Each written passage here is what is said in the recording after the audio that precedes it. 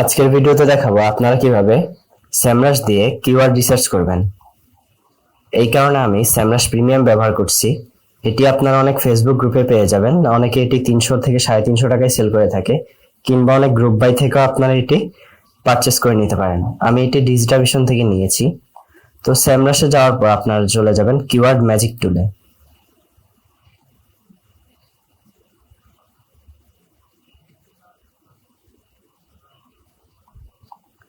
এরপর আপনারা আপনাদের যে কিওয়ার্ডটা চান সেটা হচ্ছে আপনারা এন্টার করবেন। তো আমি এখন ডোমেইন নিয়ে রিসার্চ করে দেখাবো, সেই কারণে আপনারা আমি ডোমেইন লিখে নিচ্ছি। এরপর এখানে আপনাদের টার্গেটেড কান্ট্রিটা আপনারা লিখে নেবেন। আমি চাচ্ছি ইউনাইটেড স্টেটস রাখতে। এরপর সার্চ অপশনে ক্লিক করবেন।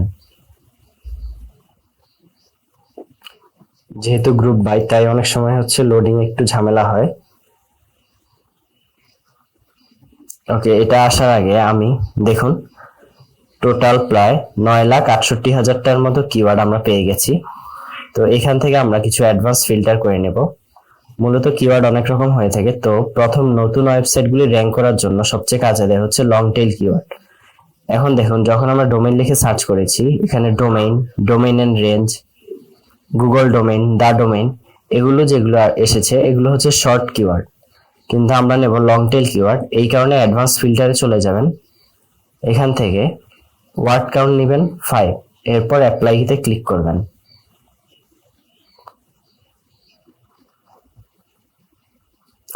দেখুন এখন আমাদের কিওয়ার্ড সংখ্যা 5,36,000-এর মতো। আমরা এটাকে আরো কমিয়ে নেব, সেই জন্য কিওয়ার্ড ডিফিকাল্টি এটাকে নিয়ে নেব ভেরি ইজিতে।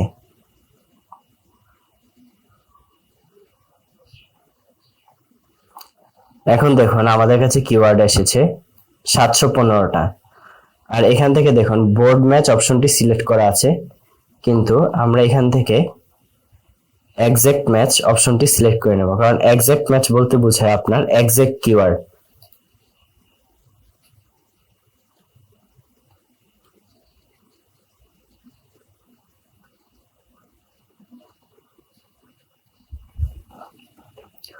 ওকে, দেখুন আমাদের এখন কিওয়ার্ড আমরা পেয়ে গেছি 465টা। তো এই জন্য আমি কি ফিল্টার ইউজ করেছি, এখান থেকে এক্সাক্ট ম্যাচ দিয়েছি, keyword difficulty very easy, and advance ফিল্টারে 5টা কিওয়ার্ড থেকে ওয়ার্ড কাউন্ট শুরু করেছি। এখন দেখুন আপনার এখান থেকে কোন কিওয়ার্ডটা নিয়ে কাজ করবেন সেটা কিভাবে সিলেক্ট করবেন। ধরুন is Jack and zeal public domain, এটাকে আমরা কপি করে নেব। এটা দেখুন ওদের কিওয়ার্ড ডিফিকাল্টি অনুযায়ী 8, অর্থাৎ যেটা ভেরি ইজি, এবং ভলিউম হচ্ছে 4,400। তো আমরা এটার অল ইন টাইটেলে কি অবস্থা সেটা দেখে নেব।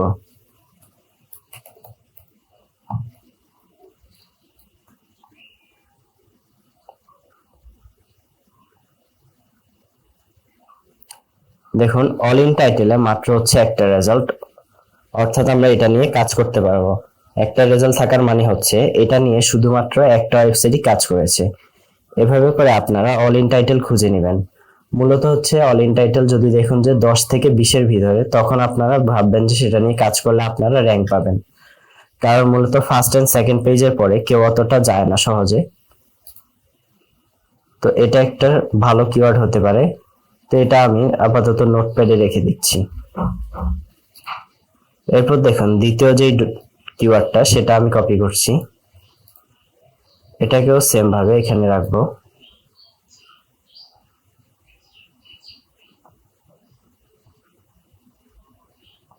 এরপর দেখুন এটারও অল ইন টাইটেল 5, আগেই বলেছি যে 10 থেকে 20-এর ভিতর, মানে 10-এর নিচে কিংবা 20-এর নিচে, এগুলো হলে কাজ করা যায় অনেক সহজেই। তো এটাকেও আমরা নোটপ্যাডে রেখে দেই।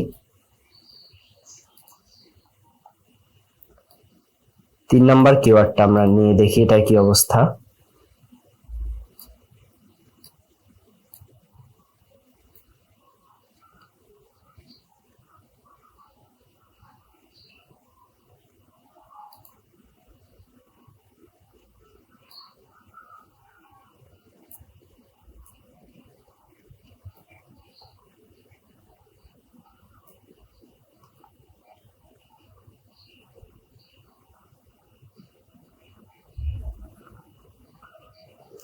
দেখুন এটা দিয়ে প্রায় হচ্ছে 23টা ওয়েবসাইট এই কিওয়ার্ডটা দিয়ে ওদের কন্টেন্ট লিখেছে।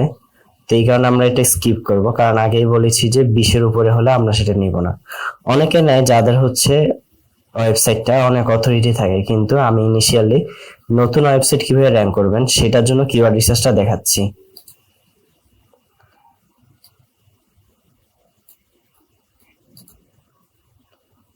4 নম্বর কিওয়ার্ডে কি অবস্থা এটা দেখে নেই।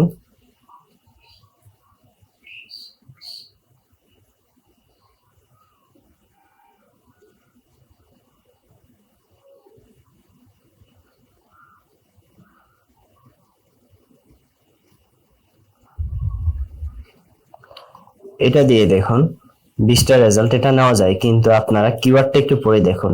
আর H Austin the gallery at the domain, এটা কিন্তু অ্যাকচুয়ালি আমাদের যে ডোমেইন হোস্টিং এই রিলেটেড কিওয়ার্ড না, তো সেই কারণে আমরা এটা স্কিপ করব। Domain and range from a graph worksheet এটা নেই, এটা দেখি কি অবস্থা।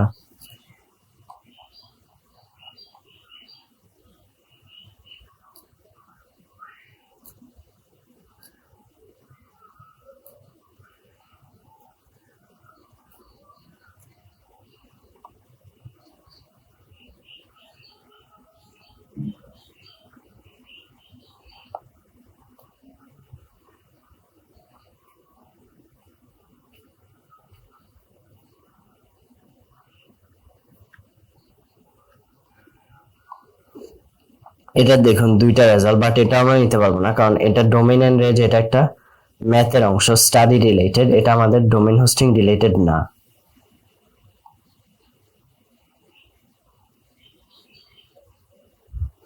এইটা দেখুন transfer domain name cheap to GoDaddy, এটা অনেক ভালো একটা কিওয়ার্ড, ইভেন এটা ডোমেইন হোস্টিং রিলেটেড, অর্থাৎ টেকনোলজি রিলেটেড। তো এটা দিয়ে সার্চ করে দেখি কি অবস্থা।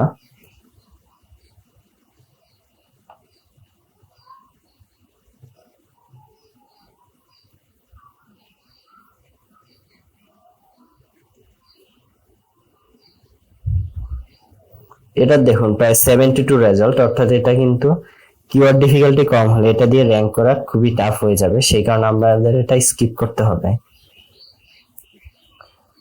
আচ্ছা এটা দেখি কি অবস্থা। This website is pending domain owner verification.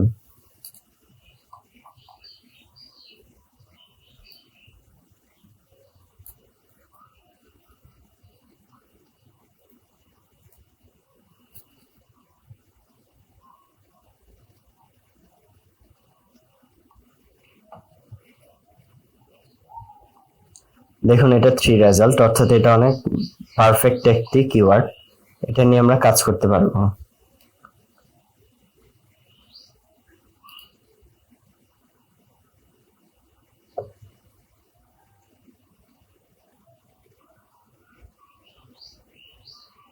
এটাও দেখুন ক্যাশ অ্যাপ ডোমেইন ইরর 4000।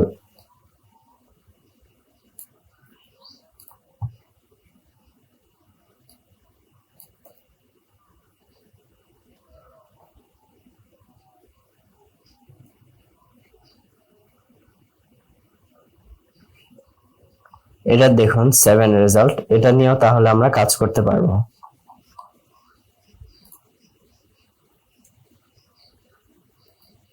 এইভাবে করে আপনারা অ্যাকচুয়ালি দেখতে পারবেন যে কোন কিওয়ার্ডগুলি নিয়ে আসলে কাজ করা যাবে, কোন কিওয়ার্ড নিয়ে গুলি আসলে কাজ করা যাবে না। এভাবে করে আপনাদের খুঁজে খুঁজে বের করতে হবে। যেমন এই দেখুন ডোমেইন এন্ড রেঞ্জ, এটা কিন্তু ম্যাথের অংশ, তো এভাবে করে আপনারা অ্যাকচুয়ালি বুঝবেন যে কোনটা দিয়ে আসলে লেখা যাবে, কোনটা দিয়ে লেখা যাবে না। তারপর connect GoDaddy domain to Squarespace, এটা দেখি কি অবস্থা।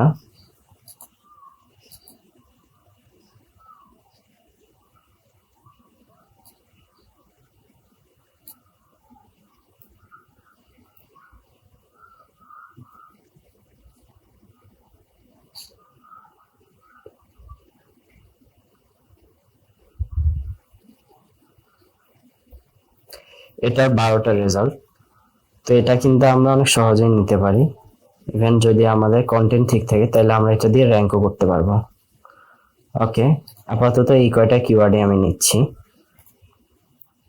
এখন দেখুন is Jack and Jill public domain, এটা কিন্তু আমাদের টেকনোলজি রিলেটেড ডোমেইন হোস্টিং এর মধ্যে পড়ে, কিন্তু ডোমেইন অফ থিস্টিং গ্রেক মিথ এটা কিন্তু পড়ে না, তো আমরা এটা কেটে দেই। দিস ওয়েবসাইট ইজ পেন্ডিং, এটা আমাদের সুন্দর একটা keyword. Cash app domain error, এটাও। Connect GoDaddy domain to Squarespace, এই 4টা কিওয়ার্ড তাহলে আমরা নিতে পারি। এভাবে করে আপনারা দেখবেন অ্যাকচুয়ালি যে কোন কিওয়ার্ড গুলি নেওয়া যাবে আর কোন কিওয়ার্ড গুলি নেওয়া যাবে না। আর ফিল্টারে কি কি ইউজ করবেন সেটা ভালো মতো দেখে রাখুন। এক্সাক্ট ম্যাচ, এরপর কিওয়ার্ড ডিফিকাল্টি ভেরি ইজি, আর অ্যাডভান্স ফিল্টারে গিয়ে ওয়ার্ড কাউন্ট 5 থেকে শুরু করবেন।